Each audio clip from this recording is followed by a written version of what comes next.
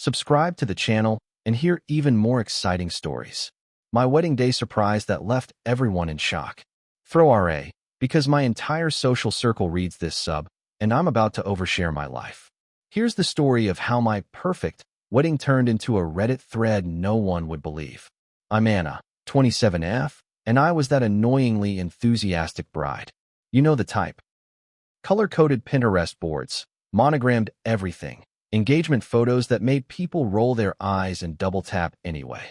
My fiancé Mark, 29M, was my college sweetheart, funny, stable, ambitious, the kind of guy who brought coffee to my 8 a.m. lectures and called my mom just to check in. Everyone said we were disgustingly in love. I thought so too, until the day everything unraveled. In hindsight, there were signs I ignored. Mark was compartmentalized. He kept his phone face down, said work was too boring to explain, and had a couple of friends I'd never met, guys from the old days. His parents, sweet but reserved, kept their distance. When I'd ask about certain exes or what he did during his wild 20s, he'd laugh it off or change the subject. But honestly, I chalked it up to everyone having a past. We were solid, or so I thought. The week leading up to the wedding, nerves kicked in hard. I assumed it was normal jitters. Floral arrangements falling through, his bachelor party stories trickling back, all PG, allegedly. The last-minute drama of my cousin demanding to bring her emotional support iguana. My friends joked that if anything went wrong, at least it would be a story. I laughed, blissfully unaware of what was coming. The morning of the wedding, I woke up giddy, barely slept but not tired at all. Makeup, hair, champagne, a million selfies and matching robes. Everything was exactly as I'd pictured. I remember standing in front of the mirror, mouthing "This is it," butterflies pounding. I had no clue that by sunset, those butterflies would be replaced by something so much colder, a knot of shock that still hasn't quite untangled. So, Reddit, buckle up. Here's how my happily ever after detoured into an epic plot twist, with my entire family, his, and a room full of strangers as witnesses. You know how everyone jokes that something always goes wrong at a wedding? Rain, a drunken toast, a flower girl meltdown? My story makes all of that sound like winning the lottery. It started innocently. I was hidden in the bridal suite, peeking through the curtains as guests trickled in, feeling the familiar rush of nerves. My maid of honor, Tasha, kept me distracted with TikTok dances and reminders to hydrate. The photographer was snapping those getting ready shots I'd obsessed over for months. Then, in the middle of my makeup touch-up, Tasha's phone pinged. She glanced at the screen and her face drained of color. "Anna, you need to see this." At first, I thought she was messing with me, trying to prank the famously uptight bride. But when I saw her hands shaking, I knew something was off. She handed me her phone. There, on the screen, was a string of screenshots, sent by a friend of a friend who thought I deserved to know before I said I do. The messages were between Mark and a woman I'd never met, dated just a week ago. Flirty, familiar, too intimate to be anything but what it looked like. Photos of Mark at our rehearsal dinner, sent to this woman with the caption, "Wish you were here instead." My heart pounded so hard I thought I'd throw up. I scrolled, hoping to find context, an explanation, a joke, but it was all there in black and white. The worst? Mark, in his suit, saying he couldn't wait to see her soon, calling the wedding complicated. I stared at the screen so long my vision blurred. The room spun. My friends hovered, unsure what to do. The makeup artist tried to whisper comfort, but all I heard was the blood rushing in my ears. I felt like I'd been dropped into a nightmare I couldn't wake up from. For a second, I considered pretending it was nothing, going through with the ceremony, sorting it out later. But the anger and humiliation bubbled up, too raw to swallow. Outside, the music changed. It was almost time. Tasha squeezed my hand, eyes wide with a question I couldn't answer. The day I dreamed of had turned radioactive in a matter of minutes. And suddenly, the aisle waiting for me felt less like a fairy tale path and more like a trap. Everything after that text felt like moving through wet cement. For a minute, I considered running, just grabbing my keys, ducking out the back, and disappearing into the crowd of caterers and delivery vans. But another, stronger part of me, the part that had built color-coded timelines and paid off the wedding dress 3 months early, refused to let Mark write the ending. If this was going to implode, it was going to be on my terms. Tasha insisted on confronting Mark before the ceremony. She marched off, promising to get him alone. I stayed back, rereading the messages, still hoping they'd transform into some elaborate prank or, I don't know, a bad AI deepfake. They didn't. Within minutes, Tasha returned, pale but determined. "He's in the garden. He said he'd talk to you." I pulled myself together, smeared lipstick, puffy eyes, trembling hands, and headed outside, trailed by a cloud of tulle and disbelief. Mark was waiting by the rose trellis, looking nervous but not nearly nervous enough for what he'd done. He started to speak, but I cut him off, shoving the phone into his hands. "Explain this." He scrolled. The silence was brutal. "I can explain," he started, but the words sounded small, pathetic. "It's not what you think. It was just a stupid conversation. She means nothing." I laughed, sharp and ugly, startling us both. "You called our wedding complicated. You said you couldn't wait to see her." "What, exactly, am I misunderstanding here?" He fumbled. "Said it was stress, that he needed a distraction, that he never planned to act on it." Each excuse landed with a dull thud. He swore it was just texting, that he loved me, that this shouldn't ruin everything we have. My mind flashed through every moment he'd looked at me like I was the only one in the world, every vow, every private promise, and felt them unravel in real time. I told him I couldn't marry someone who lied to me the week of our wedding. That trust isn't a speech you give on an altar, it's the choices you make when no one's watching. For a second, he almost looked relieved, like the secret had been burning him too, and now it was finally in the open. We stood there, two people in wedding clothes, ringed by roses and silence, both realizing there was no fairy tale ending waiting beyond those doors, at least not together. After that confrontation, the world seemed to fold in on itself. Every sound, the clink of champagne glasses, the distant laughter of guests, the wedding march queuing up, was surreal, as if I was watching someone else's life explode in slow motion.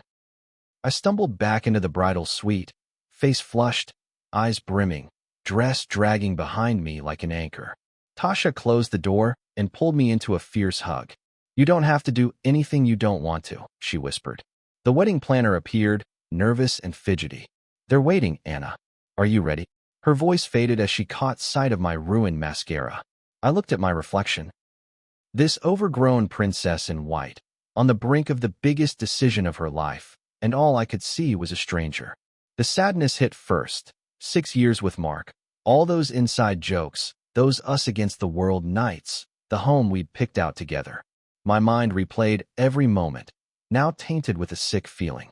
Was he texting her while we picked our first dance song? Did he imagine her face when he promised me forever? The anger followed. How dare he do this to me, to our families, to all these people who came to celebrate our love? I thought of my parents, so proud and excited, and felt my stomach drop. The humiliation was crushing. I wanted to scream, cry, run, or all three at once. But underneath all that was something I never expected, a weird, bitter sense of relief. The worst had happened, and I was still standing. I didn't have to fake my way through vows I no longer believed. Didn't have to pretend our marriage was the real deal when the foundation had just crumbled beneath my feet. The future was suddenly blank and terrifying, but at least it was mine to rewrite. As Tasha wiped away my tears, I realized there was no version of this day that ended with happily ever after. At least, not the one I'd planned. The pain was real, the loss sharp, but so was my clarity. This was the moment I'd remember for the rest of my life. Not as the day I became a wife, but as the day I refused to become a lie. Outside, the music stopped. Inside, I squared my shoulders, ready to face whatever came next, even if it meant facing a room full of people and telling the truth, no matter how much it hurt. When I stepped out of the suite, the hallway was packed with people who'd been expecting a happy ending, not a soap opera twist. I felt every eye on me.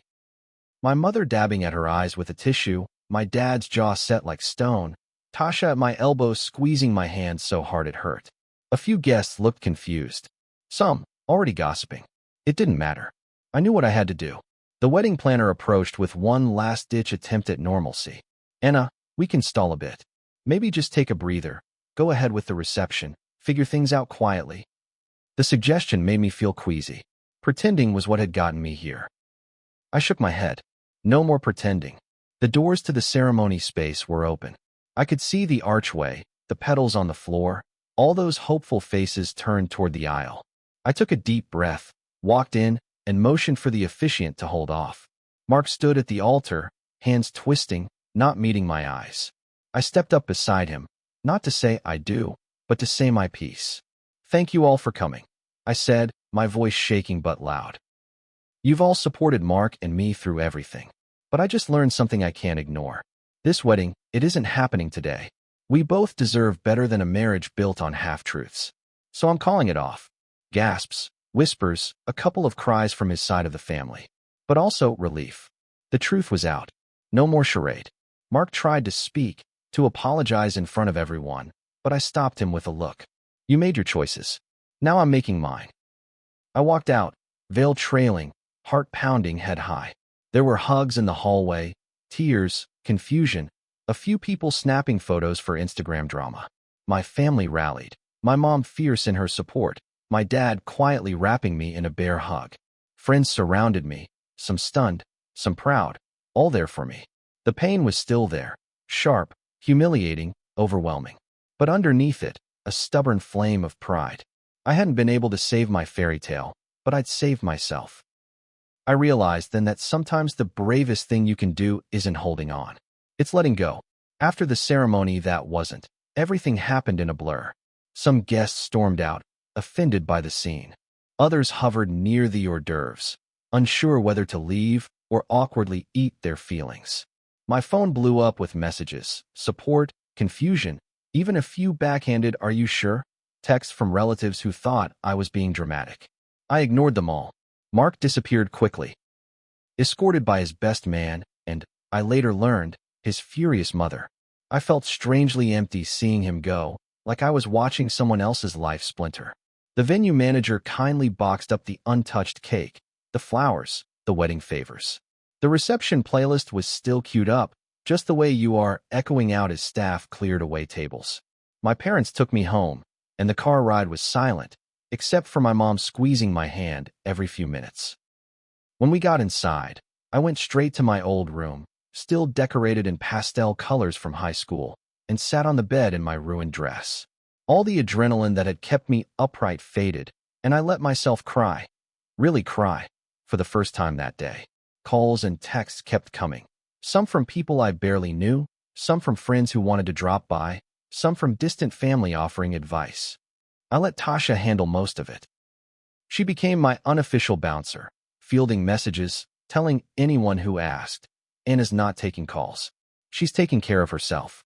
Every time I heard her say it, a little bit of strength trickled back in. Later that evening, I stripped out of the dress and took the longest shower of my life. When I finally looked in the mirror, eyes swollen, face bare, I felt oddly peaceful. For the first time in days, maybe weeks, the anxiety was gone. In its place was a shaky but real sense of relief. In the days that followed, the fallout spread.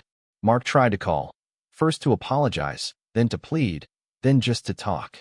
I let his calls go to voicemail. His family sent a formal apology email, full of excuses for his stress and offers to discuss things when I was ready. I wasn't ready, and maybe I never would be. My parents, though shaken, stood by me. My mom said, "You were brave," over and over. My dad hugged me the way he did when I was little and had nightmares. Friends brought takeout, wine, silly movies, and unconditional support. Bit by bit, the future started to look less like a blank page and more like a story I could write on my own terms. And when I finally slept, it was the sleep of someone who'd chosen herself, chaos and all. The week after the wedding, was like living in an alternate universe. I fielded questions everywhere I went, at the coffee shop, at the dry cleaner picking up my dress. Yes, I got it cleaned. Even from neighbors peeking over their fences. Some people treated me like a tragic heroine. Others eyed me with barely concealed curiosity, as if I might spontaneously combust into a Lifetime movie. Every conversation started with, "I heard what happened. Are you okay?" and ended with, "You're so brave, Anna." I wasn't sure if I believed it yet. The wedding gifts arrived anyway, a cruel joke from the universe. I boxed them up with Tasha's help, planning to return what I could, donate the rest. It was weirdly cathartic, unwrapping monogrammed towels and wine glasses inscribed with a date that would never mean anniversary. With every box, I felt lighter, more in control. Mark's presence faded, little by little. I unfollowed him on social media, deleted our engagement photos, and blocked his number when the guilt texts wouldn't stop. There were nights I missed him. Not the Mark who lied, but the Mark I thought I was marrying. That was the hardest part, grieving someone who never really existed outside my imagination. I talked it out in therapy, in group chats, with Tasha on late-night walks. Each time, I stitched myself back together. Family dinners turned into mini support groups.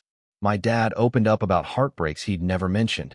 My mom confessed she'd always worried Mark was too smooth. My little brother, who usually ignored all things emotional, brought me ice cream and said, "Better now than 10 years and 3 kids later." He wasn't wrong. Most importantly, I learned to be gentle with myself.